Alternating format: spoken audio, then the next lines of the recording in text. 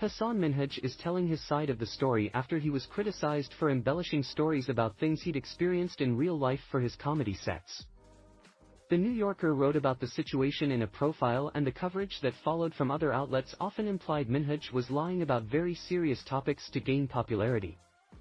There were omissions and factual errors in the New Yorker article that misrepresented my life story, so I wanted to give people the context and materials. I provided the New Yorker with full transparency, Minhaj said in a statement.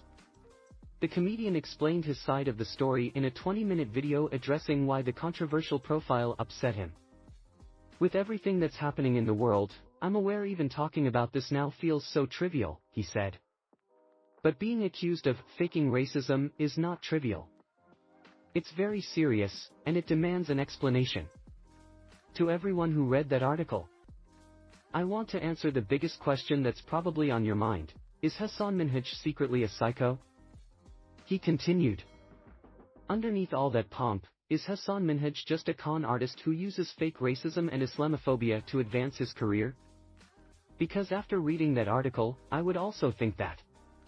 The reason I feel horrible is because I'm not a psycho, he added. But this New Yorker article definitely made me look like one. It was so needlessly misleading, not just about my stand-up, but also about me as a person. The truth is, racism, FBI surveillance and the threats to my family happened. And I said this on the record. The 38-year-old comic also apologized to anyone who felt betrayed or hurt by his stand-up material, noting that he'd written it to express myself and drive home larger issues affecting me and my community.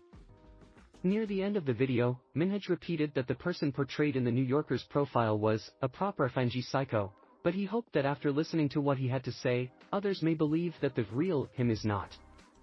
I'm just a guy with IBS and low sperm motility, he joked. Again, there is much more important news happening in the world right now that needs your attention.